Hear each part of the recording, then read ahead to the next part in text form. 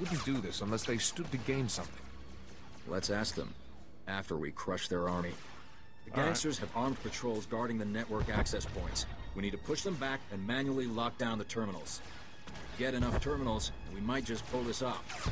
My men will back you up. Good luck in there. Aha.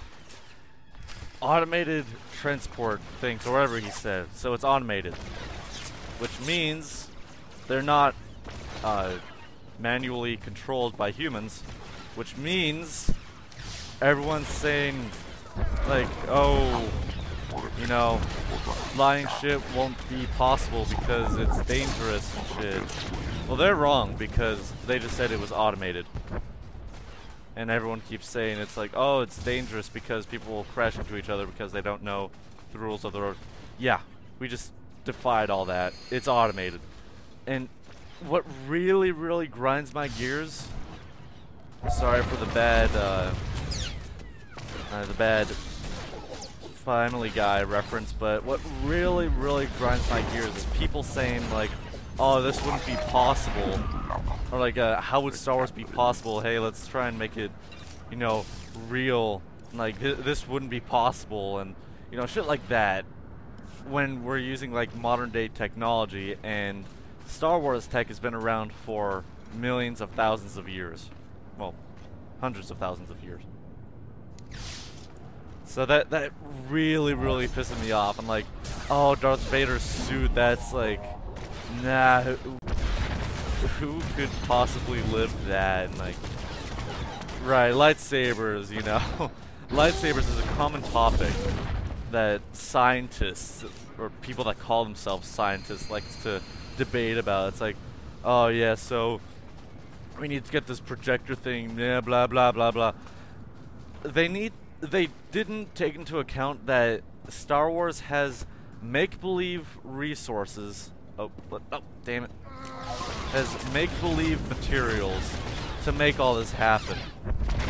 And they also didn't put into account the fact that the lightsabers weren't always there. They used to be just stone swords imbued with the Force. So it's really funny when people say that. It's also really, really annoying at the same time. So it's a trade-off. It's a trade-off. But it's like let's make sci-fi happen with real-world technology. No, granted that may be cool, but at the same time it's not possible because Star Wars tech, again, has been around for much longer than our tech. So, anyways, I need to replace my abilities here real quick. Damn it. Stop it. It's not what I wanted to do. I wanted to make it easier for me to project stuff.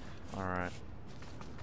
So my top bar here is pretty much my priority move. So like, here I have disturbance, telekinetic throw, project, and lightsaber strike and shit like that. And below me is, around the second bar is my special moves, I guess you can call it. So like, when shit hits the fan, I'll start using that. That's my tactics anyways. But it's especially annoying. Well, well, no, it's not annoying, but like, I've got a CD version of Star Wars, the complete collection in Blu-ray, sorry, and they have a bunch of stuff like that. Like they have a blooper reel and bonuses and all that, and that's one of the topics that they cover is Star Wars tech in real life. So that's how I really got there. And like one of the topics there was how realistic speeders would be, air speeders, shit like that.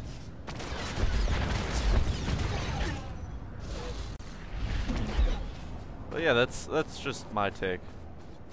And another really, really cool thing on that CD is they have a they have copies of well, they have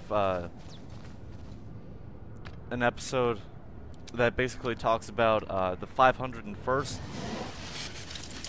during the the Rose Parade, and it's, if you don't know what the 501st is, it's basically a fan club, and they make their own Star Wars costumes, and it's like movie grade shit right there, and it's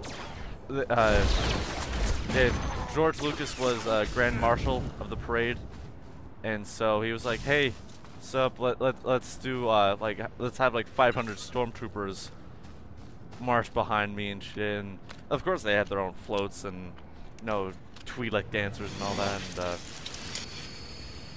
but yeah, what they did do was they wanted to have 500 stormtroopers, but they couldn't get the costumes and shit done. Obviously, because it's like 500 stormtroopers or so. I think it was 500. I'm not so sure for certain.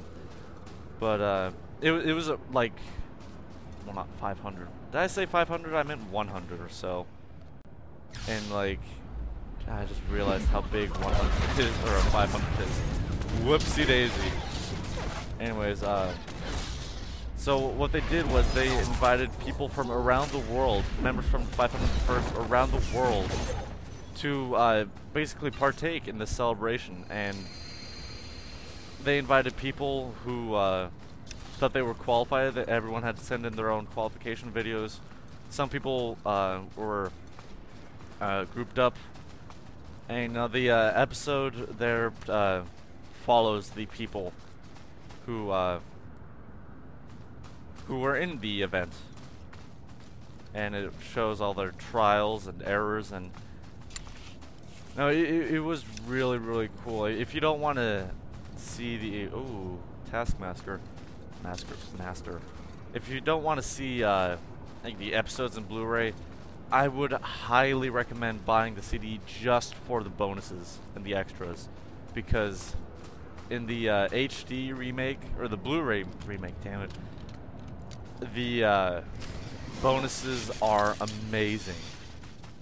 As I said, the 501st stuff, and the just the bloopers and the deleted scenes, that is all really, really, really awesome for any Star Wars fan like me.